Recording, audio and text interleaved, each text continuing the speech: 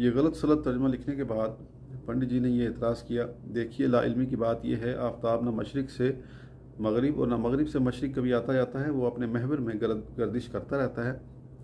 उससे तहकीक जाना जाता है कि कुरान के मुसन्निफ़ को इल्म हय्यत व जोग्राफिया भी नहीं आता था। अगर गुनाहगारों को राह नहीं बतलाता तो परहेज़गारों के लिए भी मुसलमानों के खुदा की ज़रूरत नहीं, क्योंकि धर्मात्मा तो धर्म की राह में होते हैं।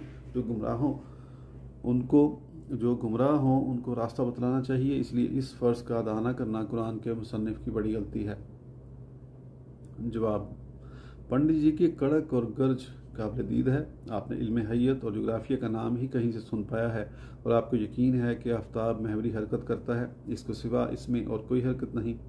इल्म हय्यत की इस काबिलियत की दात तो कुछ उनके अकीदतमंद ही देंगे जिन्हें पंडित जी इल्म सीना के ज़रिए बता गए हैं कि फ़क्त महवरी हरकत से रात दिन के इनकलाब की